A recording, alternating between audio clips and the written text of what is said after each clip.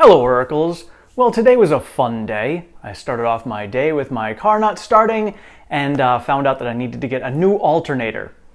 It happens. Luckily, I was able to get an alternator right away. I have an awesome mechanic at my job, so he's going to fix that for me. And then we had the market going on today. So, Tesla was up 2.39%, so that definitely made me happy. The Dow was down 0.49%, the S&P was down 0.37%, and the Nasdaq was up 0.17%. So Tesla being up basically pulled up most of the Nasdaq on the day. So where do we go from here? So we've got the FOMC meeting tomorrow. We're going to get most likely a 75 basis point hike. And then it sounds like we are probably going to get a 75 basis point hike in July as well. So unless somehow we get the July CPI data that comes out that says, oh, hey, inflation's come down 2%, I have a feeling we're probably going to get a 75 basis point hike in July as well. Now, how this is going to play into the market is we're now going more hawkish right now. So the market is pricing in more hawkish.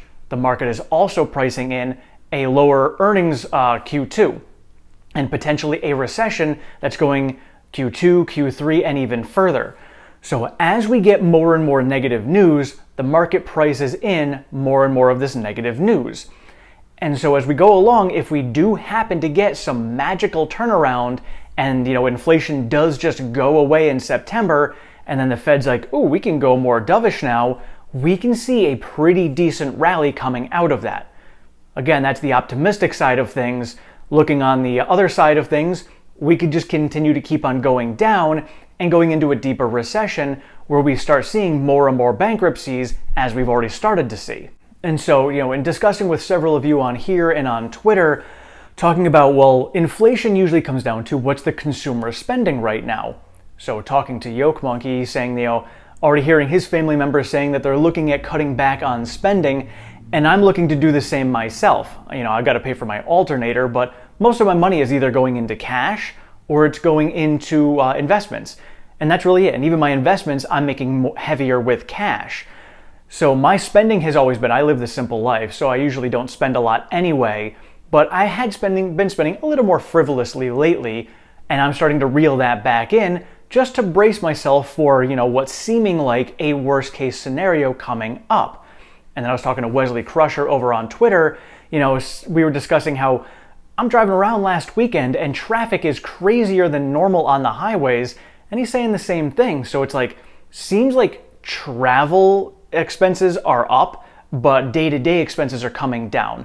Now, obviously, this is just, little pieces of information and observation that I'm seeing. So let me know in the comments below what you guys have been observing when it comes to consumer spending on your end, because, this is what really plays into inflation. And, the expectations of what inflation is going to be is what will end up determining where we end up going. And so then I take a step back and I say, all right, well, what do I want to do with my investments? What do I see coming in the future? Is there more upside or is there more downside? And I think the two biggest questions to ask to answer this are going to be, well, what is your time frame, what you're asking this question in, and what are the companies that you're looking at? So looking at a time frame, I think 6, 12, maybe 18 months, there might be some more downside. Those of us who are optimistic are thinking we've possibly already hit the bottom, so there really isn't much more downside. We're going to be going back up from here, while many others of you on here have said that there is significantly more downside and we still have a bigger crash yet to come. Looking at things like Bitcoin and crypto crashing right now, we have MicroStrategies who is very close to being margin called. Now, I'm sure they're not the only ones out there who are going to get margin called, and if this happens, they've got to pony up some cash from somewhere. That could either come from other cryptocurrency, or it could come from stocks, or something else that they have. But if it comes from stocks or other crypto, well, then that sells down, and then other people end up getting triggered for margin calls. This is why, having margin in this kind of environment is very dangerous, because that could just lead to a massive domino effect, which does end up crashing the market. So this is something to pay attention to on the downside. When it comes to the upside, if we already have hit the bottom, this is good, and we may sit and float kind of flat for a little while until we get through these earnings seasons, figure out where our footing is when it comes to profitability, and then we can start to pull out of this. Now, if you're looking longer term than 18 months, there's plenty of upside. But you have to take a step back and ask yourself about the companies that you're investing in. Because if it's going to take 18 months for us to start seeing some more upside, you've got to take a look at these companies, because if your companies that you're investing in are not profitable and do not have a strong cash balance sitting on the sidelines to be able to get them through these tough times, they could be ones that end up going bankrupt. And so right now for me, my focus is on Tesla and other quality companies to be in. Looking at the big names like the Apples, Microsofts, you really have to do your due diligence at this point and take a look at these companies and just ask yourself, can they survive a worst case scenario for 18 months? That's it. Now this is really, maybe it only lasts 6 months, don't know. Maybe we just need to get through election time, but realistically ask what you think is going to happen. And I'm looking at myself saying, worst case scenario, if it's going to be 18 months and we get a massive recession that comes through and starts really cleaning out a lot of these companies, who do I want to be invested in? Obviously, Tesla is my number one choice. And then you just got to look at balance sheets for other companies that you're invested in and say, can they make it through this? And are they worth holding through it all? And now only you can answer that question for yourself, because I'm not a financial advisor. And what I'm saying here is just something that I'm talking to myself about. So if it works for you, that's awesome. But again, that's on your own choice to do that. And so for me, my focus is 2025. What companies do I see doing well in 2025? Are they going to get through some rough times? Do they have a large customer demand that's going on? Do they have great cash flow? Do they have a great cash balance? Do they have low debt? These are the things I'm asking myself for the companies I want to be invested in for 2025. And then I'm just going to invest, because looking at the macro environment, everything that we could potentially have going on for the next 18 months, I want to make sure that the companies that I'm invested in are going to get through this, and I'm not going to be looking at the stock price, because it ain't going to be pretty. I mean, we may see some ups and downs here and there. Maybe we get a couple of small rallies. Maybe we don't fall off a cliff, but we're definitely not going to be just soaring back out of this with any sort of, rigorous bull manner until the Fed stops raising rates. That's just the reality of the situation we're in right now. And so now I look to many of you who months ago in the comments said, don't waste your money, don't bother putting it into the market, we're going to be coming down further. And you guys were all right. And who knows how much further we're going to come down. Some of you say we still have a long ways to go. Maybe we do. So that's why I have cut back on my dollar cost average, but I'm still going to do that. Because even going through the recessions that we've had before, it is still a proven that dollar cost averaging is the best way to go, rather than trying to time the market.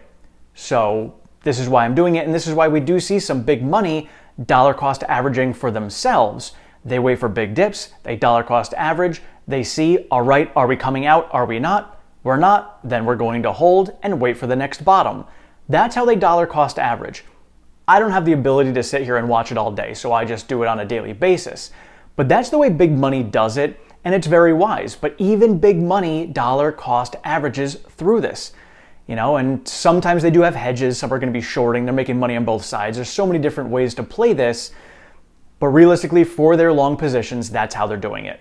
And so tomorrow it seems like we are going to get that 75 basis point hike. Again, we will hear from Jerome Powell at 2:30 p.m. Eastern Time to find out what their information is on that. He's going to have his whole entire question and answer scenario that's going to be going on. And then hopefully we'll find out more insight about his feelings on a rate hike for July and maybe even September, to give the market an inkling as to what's going on. Because what ends up happening is the market is going to price in as quickly as possible what the scenarios could be going forward. So they'll price that all in, and then as things change, they price that accordingly. So again, if we get a doomsday worst case scenario type play out, we might see the market pricing this in.